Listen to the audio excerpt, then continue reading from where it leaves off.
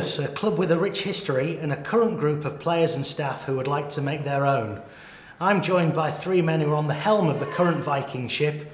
I'm delighted to say hello to Jon Clarke, Denis Betts and James Rill. Hello. Hello.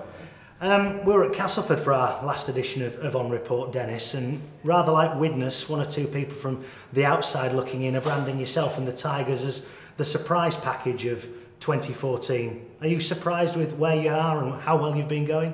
No, well, when you work with the team day in, day out and you're part of what we set out to achieve when we got the licence in place, then I'm not really surprised about our position in the table or some of the performances. We were pretty close last year a couple of times to knocking off a lot more wins. So it's just part of that, using the word evolution or revolution or whichever way people are putting it. It's not.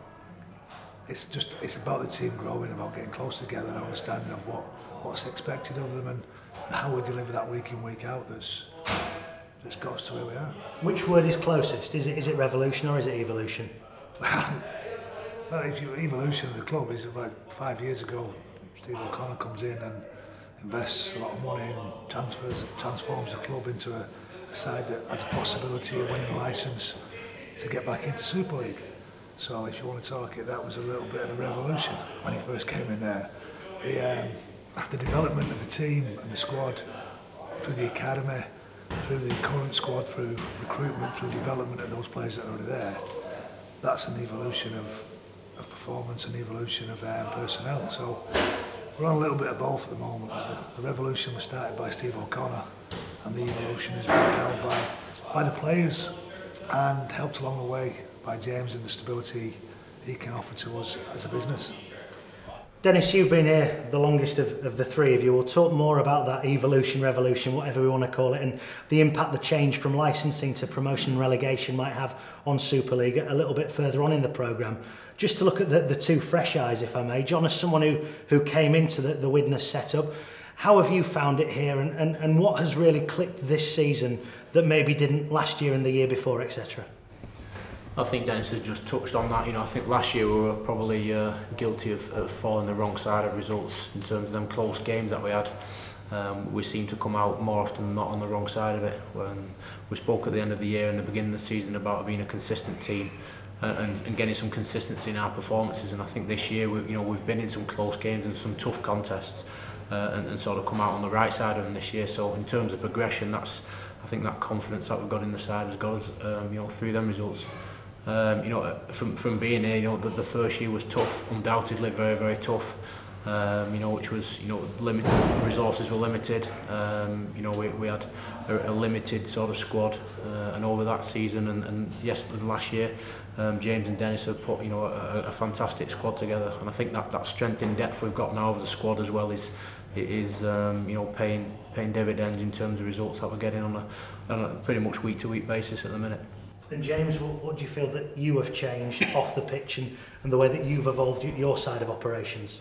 I think it's just building on the foundations that were already in place. I think with any organisation, results don't happen overnight. And if you look back at our organisation, there's been a lot of hard work from a lot of people. As Denis and Jon have touched on, Steve O'Connor put all the investment in, millions of pounds to get the club up into Super League and then establish a foothold in Super League.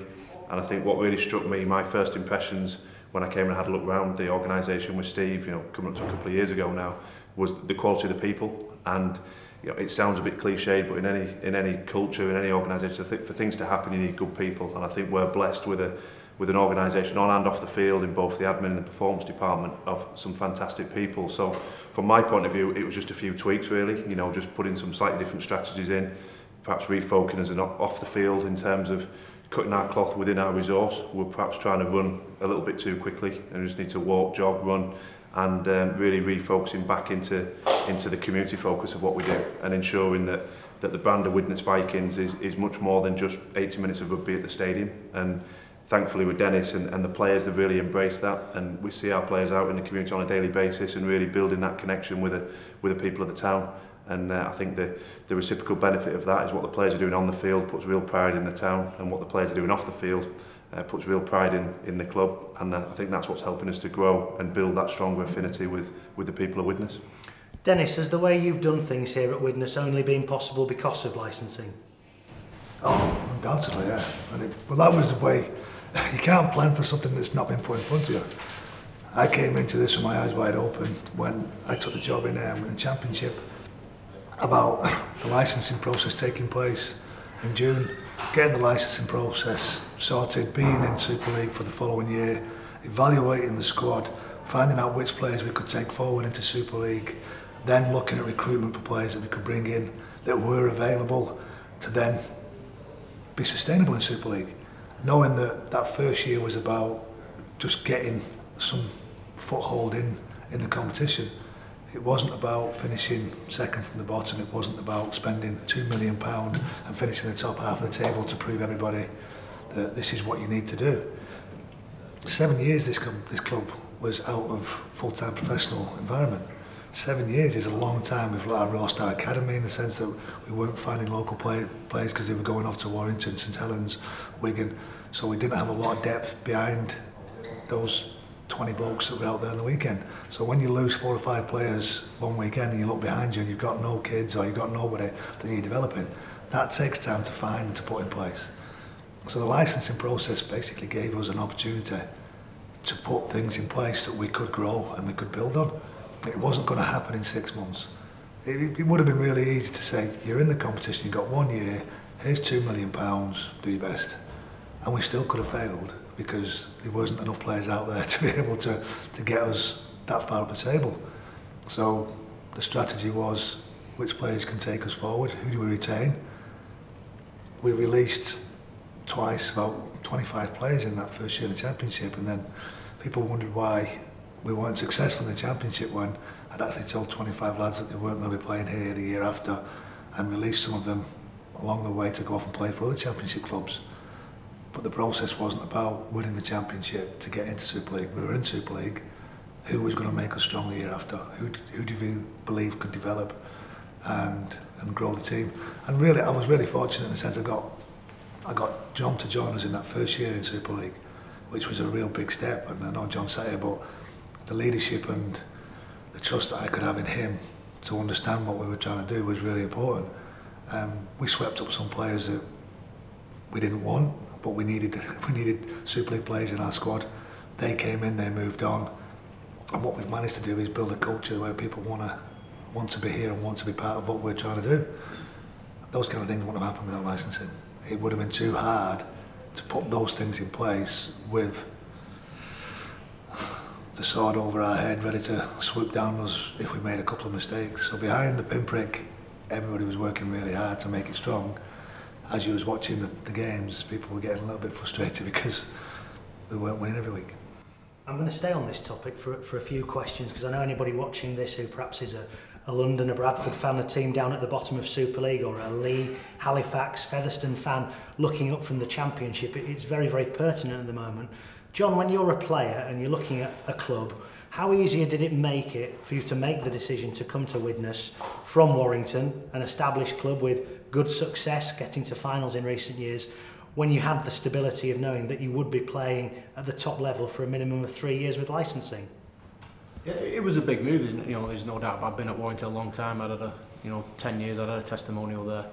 But when I chatted, with Denis initially, about where the club was going and what my role would be, I felt like it was probably the right time for me to have a fresh challenge. So I don't think we spoke much really. I mean, we spoke once or twice, and we sort of decided that I would come. So and it's a move I'll never ever regret. I had a great time at Warrington, but to come to Widnes and to personally to be able to lead the team on a week to week basis, even in them dark days of the first year, our first games has been phenomenal for me. Denis, if you got a call from a member of the coaching staff, the head coach at some of those clubs in the Championship I've mentioned, what would be the piece of advice that you would give them if they were one of the sides finishing and looking at moving up into Super League this season, from someone who's obviously done it a certain way, but what would be the piece of advice you'd pass on? To tell you the truth, I don't really know. They've just got to keep working hard and looking to develop players. They need to build a culture that can sustain a team without money. So and I know this sounds really strange, but you need to have that where the 1.2, 1.3, 1.8 is not something that you're you're going to blame or you're going to lean on. And we've tried to do that, we've worked hard, and we know to be at the top end of the table we've got to buy a better quality player.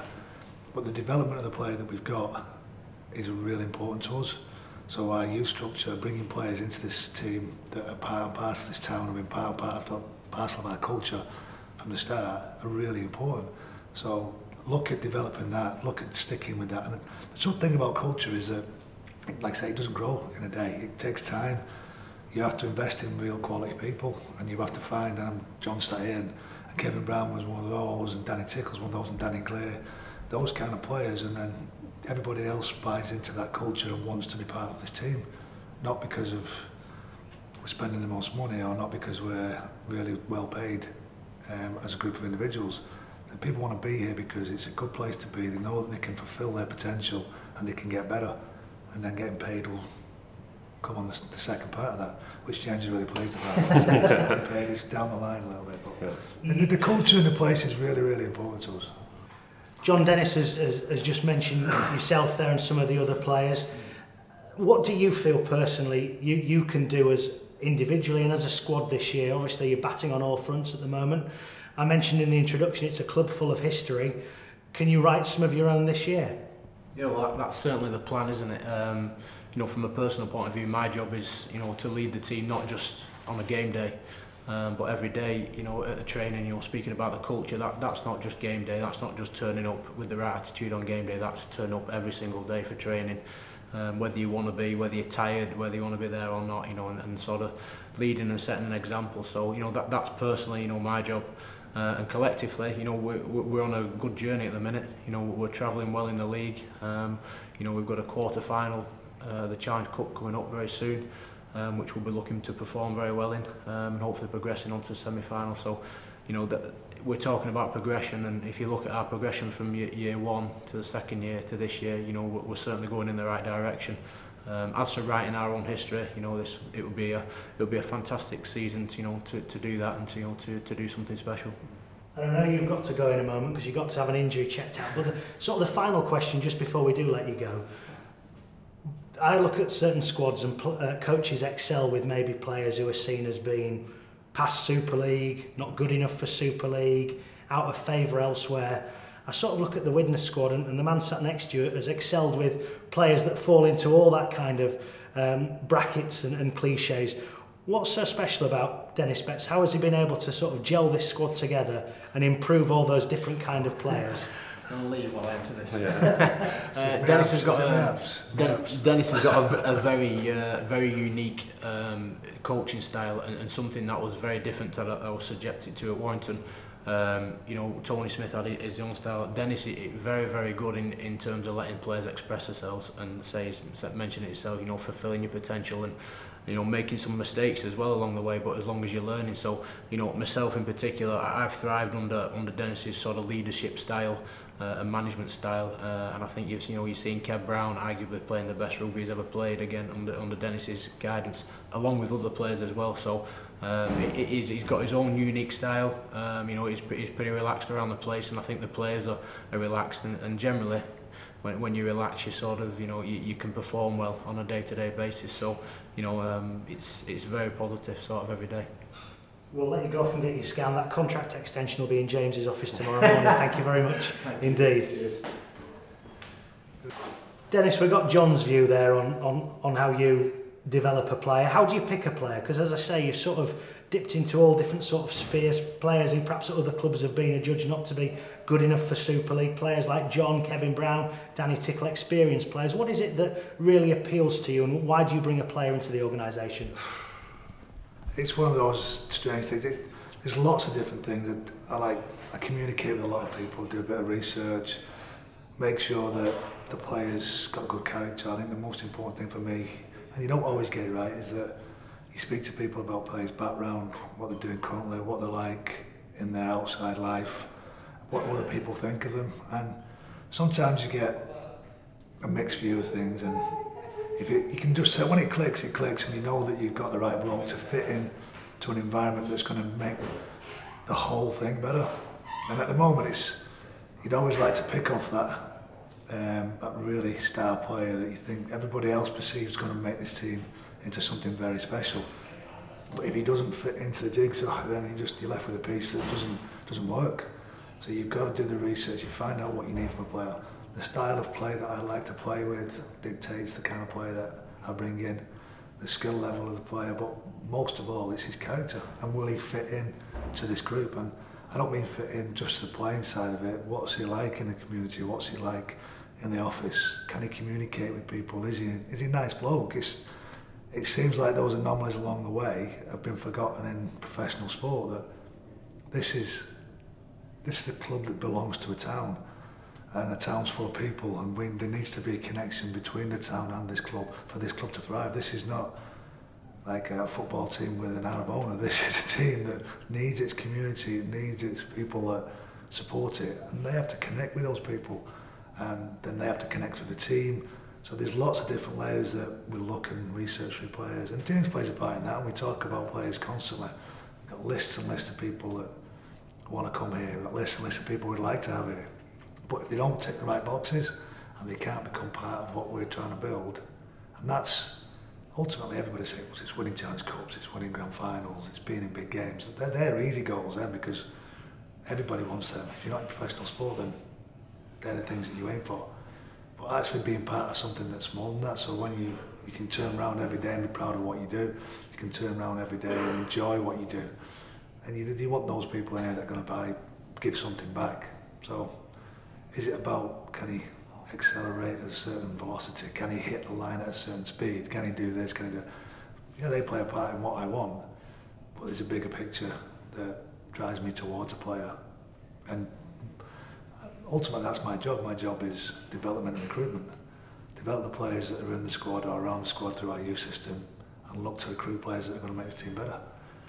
So that's what I spend my time doing. This is maybe looking at it more from a fan's point of view, James. I don't know, because the landscape in rugby league changes all the time, but once upon a time Widnes were not just among the northwest powerhouses with Wigan and St Helens, that they were among the powerhouses in the game.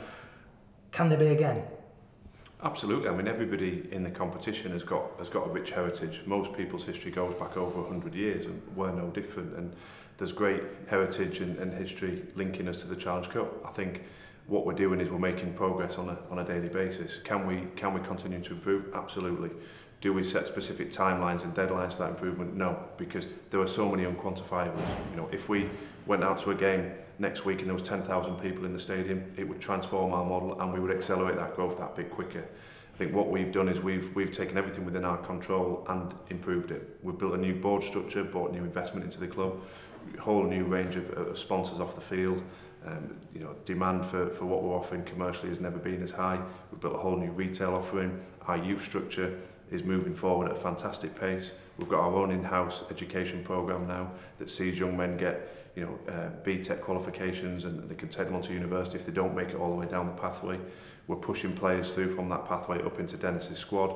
We're able to retain homegrown talent, but we're also bringing the likes of Danny Tickle, Kevin Brown, Aaron Jeremiah that are bringing in that global experience within the game. So everything is moving forward. So can we bring success? I believe we are bringing success, because after such a lengthy spell outside the game, I think everybody, take away their individual club biases, would say that Widnes is a model that have come in, have invested in all aspects of their operation, facilities, on-field, off-field, and are starting to bear fruit on that. And I think what's really intoxicating and exciting is that everybody in this organisation, from our volunteer coaches at youth level through to our programme sellers, to our door knockers that sell the lottery, everybody's connected to making this a better environment and a better place.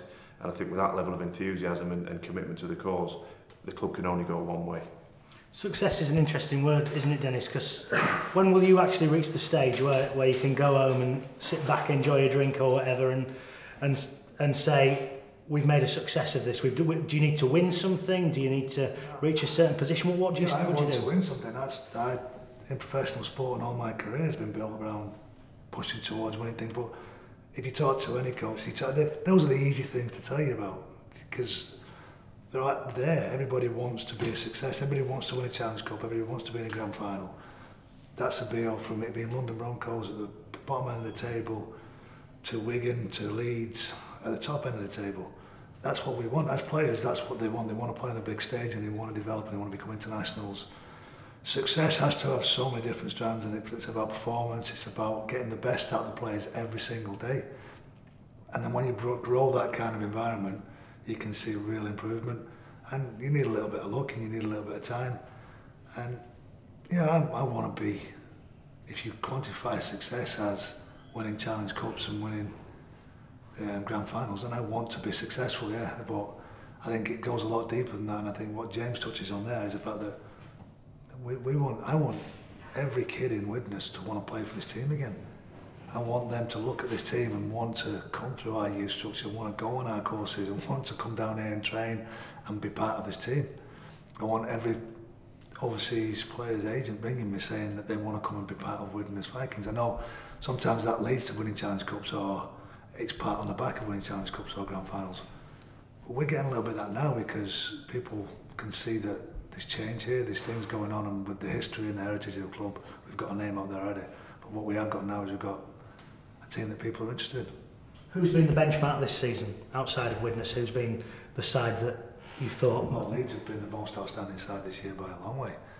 I think they sit at the top of the table, and throughout the first 10 games they've played some fantastic stuff. They've been really consistent in delivering what Brian's wanted from them. And like sat behind that, you saw St Helens in the first eight games that were outstanding, and they ran into a little bit of adversity. Got a really tough Challenge Cup draw against, I felt, the side that was really performing that little bit better than they were. So over a period of like 2 or 3 weeks, they went from being front runners to out of the Challenge Cup and lost a couple of games in the league. But I think at the moment you'd have to look at both St Helens and Leeds as being the teams that you're aspiring to put in a place where you can be consistent as they are and deliver the same kind of level of intensity. And Leeds over the last 2 or 3 years, Wigan jumping up over a couple of times, St Helens jumping into that as well. Leeds are the team that you look at and say that you want that consistency, you want that level of buy-in that they've got through Danny Maguire, Kevin Sinfield. Those kind of leaders in your team are the things that you want to see week in, week out. And I think when you talk about culture, you see that that's what you can get when you get the culture right. Well, good luck to you both, and also John as well. My thanks to James, Denis and John on this edition of On Report. We'll be visiting some more clubs around Super League as the season continues. Until the next time, from here at the Widnes Vikings, thank you, goodbye and ta-ra.